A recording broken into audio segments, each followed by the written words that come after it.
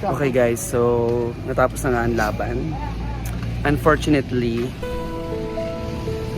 our best was not enough. Or probably this is not our time to win. Pero what's important is nakapaglaro ulit ang Reapers and na-appreciate natin lahat ng kanilang efforts. So, congratulations sa ating lahat.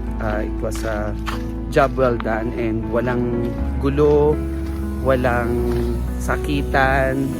Pisikalan meron pero hindi sakitan. And payapang natapos ang game. So I'd like to thank ang Pateros team and the whole community of Pateros for granting itong ating exhibition game. Congratulations to you guys. So yun lang guys. Thank you so much for watching and please don't forget to share